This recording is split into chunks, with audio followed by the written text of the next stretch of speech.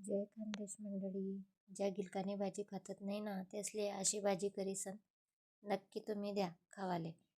त्या एकच नंबर म्हणते तुमले आणि त्या परत परत सांगते ना अशी गिलकानी भाजी माले करी दे. मग चल आटे गॅसवर मी कढईत तापत ठेवलं होती. त्यांना तेल तापत ठेवलं होतं. त्यांना जिरं टाका, मोहरी टाकी, कढीपत्ता टाका. गिलका चांगला धुईलेला होतात, पुसलेलं होतात आणि त्यासले चिरिलेलं होतात.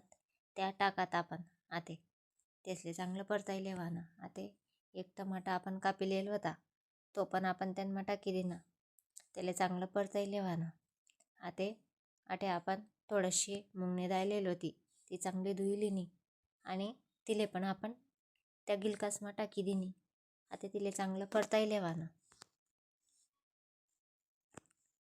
आते हळद टाकी देवानी त्यांना थोडीशी, दणानं कूट बी टाकी देवानं थोडंसं आणि लसूणनी चटणी आटे करी ठेवली होती म्हणे ती लसूणनी चटणी टाकी देवानी.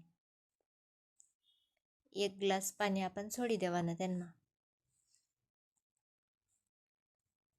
आता बारीक कोथिंबीर कापिलेली होती ती पण टाकी देवानी. चवनुसार मीठ पण टाकी देवानं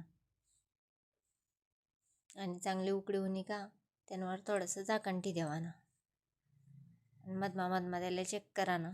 देखा मग भाजी कितली मस्त वैगी. आता द्या, जो खात नाही त्याला द्या पहिले, तो आवडी खाईन.